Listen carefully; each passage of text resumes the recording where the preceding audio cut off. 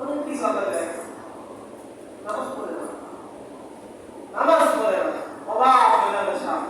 আল্লাহ তাআলা যেন আমাদেরকে রাসূলুল্লাহর সাথে উম্মত হওয়ার তৌফিক দান করেন, বলে আমিন।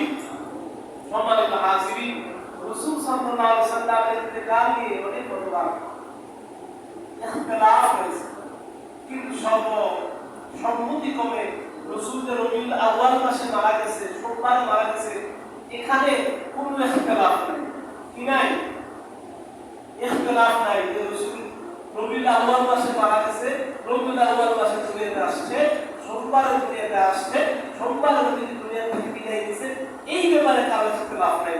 ইখতিলাফ শুধু দুইটা বিষয়। এক নম্বরে কোন সময় কোন তারিখ, কোন সময় কোন তারিখ।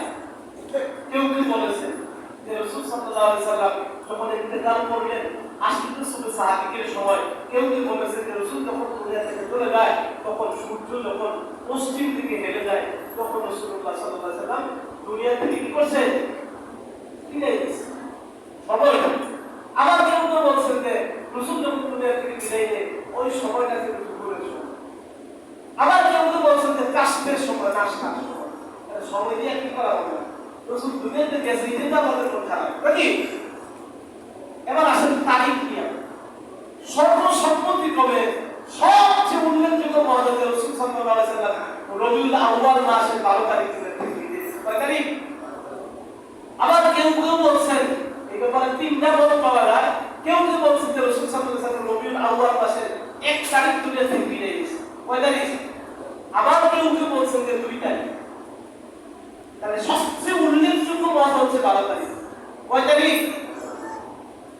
1 তারিখ, 2 তারিখ, 12 তারিখ নবী করেছে নাকি? রাসূল সাল্লাল্লাহু আলাইহি ওয়াসাল্লাম কবরে কি জীবিত, হায়াতুন নবী, কি নবী? হায়াতুন নবী, জিন্দা নবী। এটা প্রত্যেকের আকীদার ভিতরে থাকা আবশ্যক। না থাকলে আপনি ইমান থাকবে না। শুধু নবী না, ফেরাউনও কবরে জিন্দা। কবরের আযাব আছে না? কবরের আযাব আছে না? তো ওরা মানুষ নবী করে চিন্তা করার পরে আপনি আপনার কবর খুলে দেওয়া যায়, বডিটা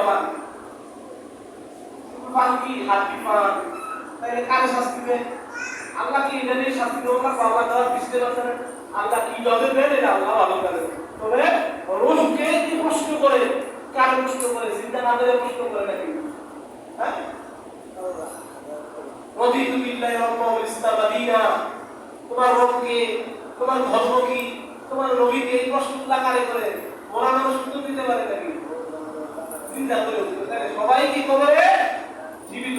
আবার আপনার নবীও কি কবরে জীবিত? রাসূল সাল্লাল্লাহু আলাইহি ওয়াসাল্লাম কবরে নামাজের অবস্থায় আল্লাহ তাআলা রাসূল সাল্লাল্লাহু আলাইহি ওয়াসাল্লাম রেখে দেওয়া আমানত, যেন আমরা হেফাজত করতে পারি। আল্লাহ পাক রব্বুল আলামিন আমাদের সকলকে সে তৌফিক দান করে। সকল বলে আমিন। কি আমানত?